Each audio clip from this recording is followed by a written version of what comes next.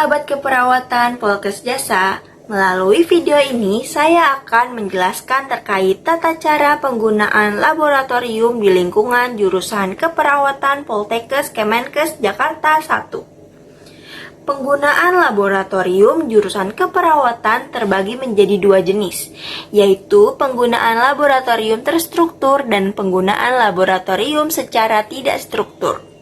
Yang pertama, penggunaan laboratorium secara struktur, yaitu penggunaan laboratorium yang sudah terjadwal pada awal semester sesuai dengan kalender akademik pembelajaran.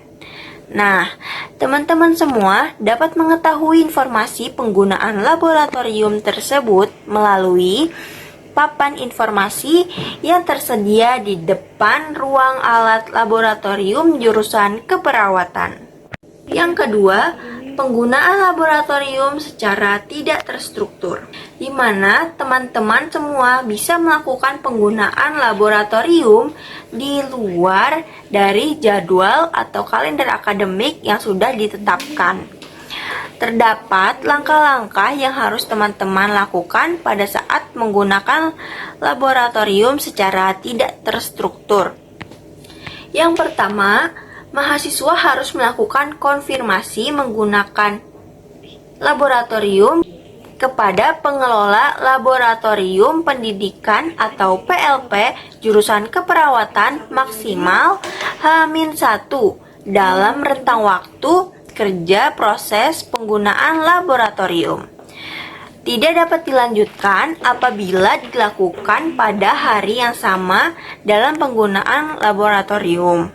Yang kedua, teman-teman semua dapat melihat peta penggunaan ruang laboratorium melalui papan informasi yang telah tersedia untuk penggunaan laboratorium terstruktur. Nah, teman-teman dapat mengetahui ruangan yang dapat digunakan melalui tabel penggunaan ruang tanpa melakukan peminjaman ruangan terlebih dahulu. Sedangkan untuk penggunaan laboratorium tidak terstruktur, mahasiswa harus melakukan peminjaman ruangan laboratorium minimal H-1 waktu efektif kerja.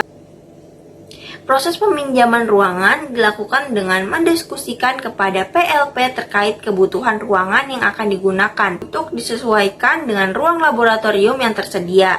Setelah didapat kesepakatan antara mahasiswa dan PLP, mahasiswa dapat langsung mengisi buku peminjaman ruangan dan tabel penggunaan laboratorium tidak terstruktur pada papan informasi. Tahap ketiga yang harus dilakukan teman-teman dalam penggunaan laboratorium tidak terstruktur, yaitu peminjaman alat dan permintaan bahan. Peminjaman alat dan permintaan bahan ini dapat dilakukan maksimal H-1 waktu efektif kerja. Peminjaman tidak dapat dilakukan pada hari yang sama. Proses peminjaman alat dan permintaan bahan dilakukan dengan cara mahasiswa mengisi formulir peminjaman alat dan permintaan bahan yang tersedia di ruang alat laboratorium. Setelah formulir diisi dan disetujui oleh PLP, teman-teman mahasiswa bersama PLP akan menyiapkan alat dan bahan yang sesuai diminta. Selama proses peminjaman alat, mahasiswa wajib menyertakan kartu laboratorium yang akan dikembalikan. Pada saat proses pengembalian alat, kartu laboratorium dan formulir peminjaman alat disimpan secara mandiri oleh mahasiswa di map yang telah disediakan. Begitu pula saat proses pengembalian alat, mahasiswa wajib melakukan pemeriksaan kelengkapan alat yang dipinjam berdasarkan formulir peminjaman yang ada sebelumnya isi. Mahasiswa wajib memastikan alat dalam kondisi baik dan bersih. Dan apabila ada kerusakan atau kehilangan pada alat yang dipinjam, maka mahasiswa langsung melaporkannya kepada PLT. Setelah dipastikan lengkap, mahasiswa diperkenankan untuk menemui PLP untuk melanjutkan proses pengembalian alat.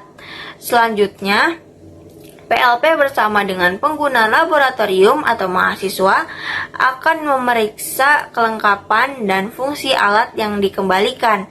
Setelah dinyatakan alat tersebut baik dan lengkap, mahasiswa bersama PLP akan mengembalikan alat yang dipinjam ke tempat yang sudah disediakan dan diakhiri dengan tanda tangan formulir pengembalian alat dan pengambilan kartu laboratorium mahasiswa terkait atau mahasiswa yang meminjam.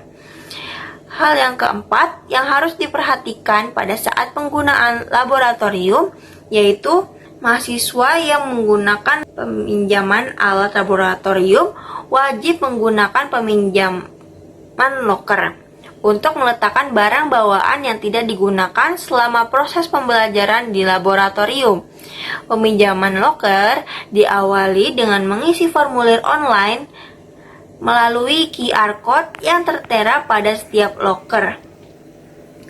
Setelah mahasiswa mengisi formulir, PLP akan memberikan kunci loker kepada mahasiswa dan mahasiswa menyerahkan kartu jaminan dapat berupa KTM, kartu tanda mahasiswa, maupun KTP, kartu tanda kependudukan. Setelah itu, mahasiswa melanjutkan registrasi loker dan mengecek kelengkapan loker setelah dipastikan loker berisi sendal laboratorium dan nomor loker. Loker tersebut dapat digunakan selama kegiatan laboratorium. Selanjutnya, PLP akan mengecek ketepatan registrasi peminjaman lokal. Saat pengembalian, mahasiswa wajib mengenakan sandal sesuai kode loker dan mengembalikan nomor kartu loker untuk diserahkan ke PLP dan ditukar dengan kartu jaminan. Tahap terakhir, PLP akan mengecek kelengkapan loker. Baik, itu dia yang harus diperhatikan saat penggunaan laboratorium terstruktur maupun tidak terstruktur jurusan keperawatan Poltekkes Kemenkes Jakarta 1. Sampai berjumpa di laboratorium keperawatan. Terima kasih dan sampai jumpa.